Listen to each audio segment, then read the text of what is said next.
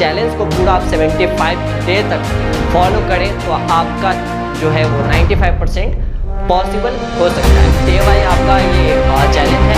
तो 75 डेज का जो पहला डे का चैलेंज है कि hello everyone, this is Hidayat Qadri, welcome back to topper system. तो कैसे हैं आप लोग, कैसे चल रही है आपकी एग्ज़ाम की तैयारी?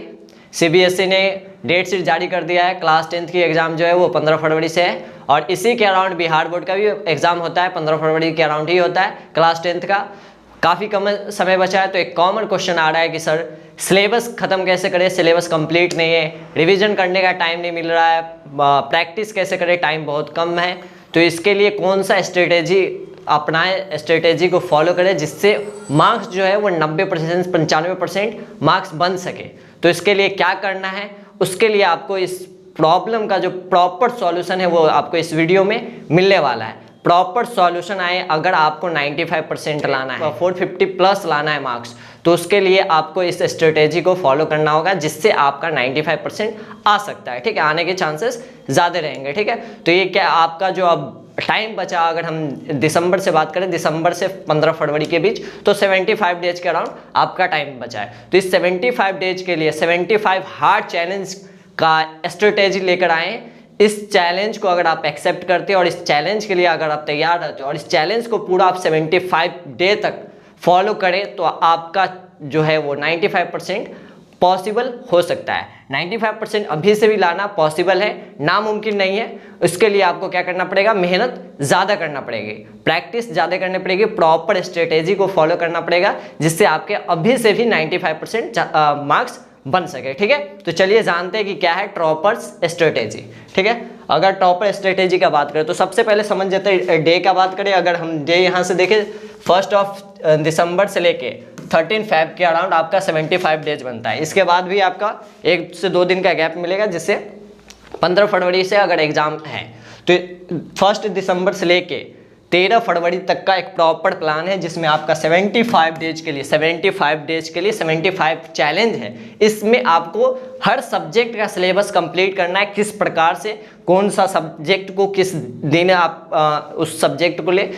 5 सब्जेक्ट है, मैथ है, साइंस है, एसएसटी है, इंग्लिश है और हिंदी है और अदर लैंग्वेज सब्जेक्ट होते हैं। 5 सब्जेक्ट का ही प्रॉपर एग्जाम होता है 500 नंबर का। तो इस 5 सब्जेक्ट को इस 75 दिन के अंदर कैसे कंप्लीट करें, तो इस 75 दिन के लिए हर सब्जेक्ट का चैलेंज है डे वाइज। ठीक है, तो इसको सबसे पहले आपको क्या करना है, सब्जेक्ट का जो डे वाइज आपको डिवाइड करना है कि किस सब्जेक्ट को अभी से कितना दिन टाइम देना है। तो सबसे ज़्यादा आपको टाइम जो देना है वो मैथ सब्जेक्ट के लिए देना है। मैथ को आपको प्रॉपर 30 दिन का टाइम देना है, यानी एक दिन ऐसा मैथ्स का ही होगा, इस दिन में आप प्रॉपर सिर्फ मैथ्स पढ़ेंगे। इसके बाद आपको 20 दिन साइंस को देना है, 15 दिन आपको एसएसटी को देना है। ठीक है, और हिंदी और इंग्लिश के लिए हिंदी / आप इंग्लिश लिख लो, जो लैंग्वेज सब्जेक्ट होते हैं इसके लिए आपको 5 दिन और 5 दिन आपको उर्दू और संस्कृत, यानी लास्ट का जो 10 दिन होगा उसको लैंग्वेज सब्जेक्ट के लिए देना है। हिंदी, इंग्लिश, उर्दू, संस्कृत इस सब्जेक्ट के लिए आपको देना है। तो ये प्रॉपर आपको ये डे वाइज 75 डेज को डिवाइड कर लेना और proper day wise subject wise चलना है कि इस प्रकार से डे 1 को आपको ये सब्जेक्ट लेना है, डे 2 के लिए कौन सा सब्जेक्ट है, प्रॉपर एक दिन में आपको एक ही सब्जेक्ट लेना है। ठीक है ना, तो डे वाइज आपका ये चैलेंज है।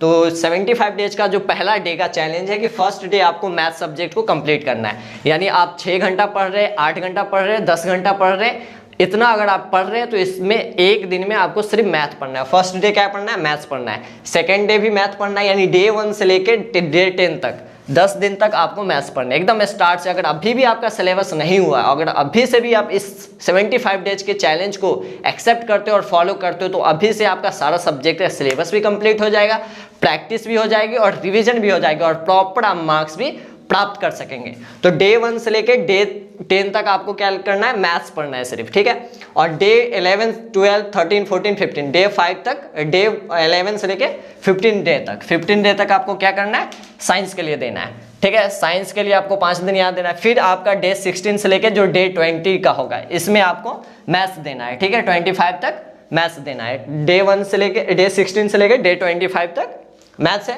उसके बाद फिर डे 26 से लेकर डे 31 तक साइंस होगा। यानी ये जो दिसंबर मंथ होगा, 1 दिसंबर से लेकर 31 दिसंबर तक, इस बीच आपको मैथ्स और साइंस को देना है, जिसमें कब किस दिन मैथ को देना और किस दिन साइंस को देना ये प्रॉपर आपको लिखा हुआ है, ठीक है ना।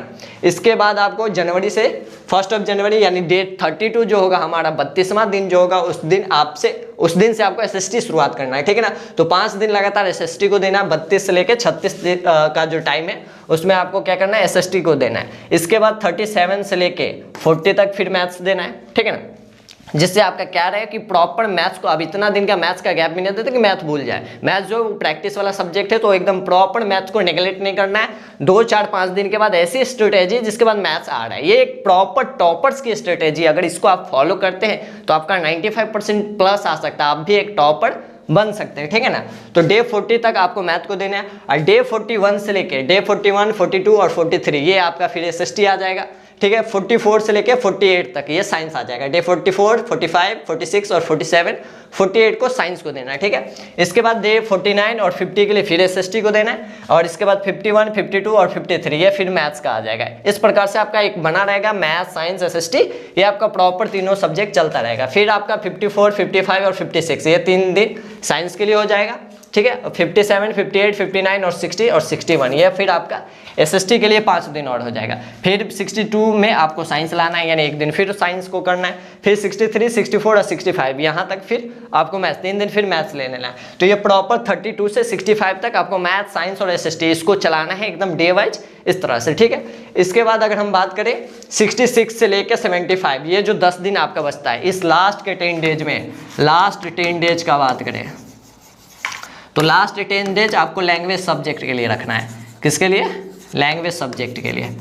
लैंग्वेज सब्जेक्ट यानी हिंदी, इंग्लिश, उर्दू, संस्कृत। जैसे अगर बिहार बोर्ड की बात करें तो उसमें इंग्लिश का मान्यता कम, इंग्लिश का कोई वैल्यू है ही नहीं बोर्ड एग्जाम के पॉइंट ऑफ व्यू से, तो इंग्लिश को आप ना वैल्यू दो, इंग्लिश की जगह हिंदी को और संस्कृत को, उर्दू को, इसको ज़्यादा प्रायोरिटी दे। लेकिन अगर CBSE की बात करें तो CBSE के हिसाब से आप 5 दिन इंग्लिश को प्रॉपर दीजिए और 5 दिन में हिंदी/संस्कृत। लैंग्वेज सब्जेक्ट के लिए लास्ट का 10 डेज बहुत इनफ है, एकदम इनफ है। तो लास्ट कि 10 डेज के लिए आप लैंग्वेज सब्जेक्ट, और इस तरह से आपको क्या करना, 75 डेज के लिए ये चैलेंज है। इस चैलेंज को आपको एकदम प्रॉपर नोट करना है। इसी तरीके से इसका PDF आपको टेलीग्राम पे मिल जाएगा, वहाँ से आप PDF को डाउनलोड करेंगे और इसका प्रिंट आउट निकाल के या फिर नोट करके इसको क्या करना है, आप जहाँ पे पढ़ते हैं उसके सामने वाले वॉल पे आपको इसको चिपका देना है और प्रॉपर डेली डे 1 में आपको लिखना है कि डे 1 में ये सब्जेक्ट है और कंप्लीट करने के बाद टिक लगाना है, ये आपका डे 1 हो गया, ये डे 2 हो गया। इस तरह से आपको चैलेंज 75 दिन के लिए लेना है और 75 दिन तक इस चैलेंज को एक्सेप्ट करना और पूरा करना है। याद रखें, एक भी दिन अगर आपका मिस हो गया तो फिर चला गया,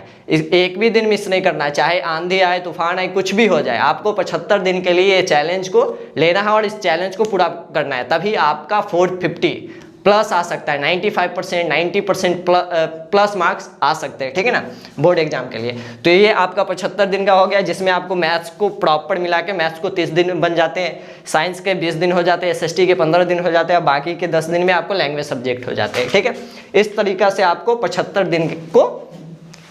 दिन के लिए चैलेंज लेना है और इस चैलेंज को फॉलो करना है प्रॉपर, ठीक है। अगर आप इतना कर लेते तो आपका जो बोर्ड्स है उसका एग्जाम भी बढ़िया जाएगा और रिजल्ट भी आपके बढ़िया आएंगे, ठीक है ना। मुश्किल है बट नामुमकिन नहीं है। इंसान चाहे तो क्या नहीं कर सकता है, इंसान ही होता है जो पत्थर को काट के रास्ता भी बना देता है। ये हमारे बिहार का ही एग्जाम्पल है, दशरथ मांझी। आपने एक बहुत बेहतरीन कोट आता है सुना होगा कि when there is a will there is a way. अगर आपके पास विल पावर है तो रास्ता ऑलरेडी बन जाएंगे। तो अभी से भी मेहनत करना, बस याद रखें कि मेहनत करेंगे सब कुछ पॉसिबल है, एवरीथिंग इज पॉसिबल।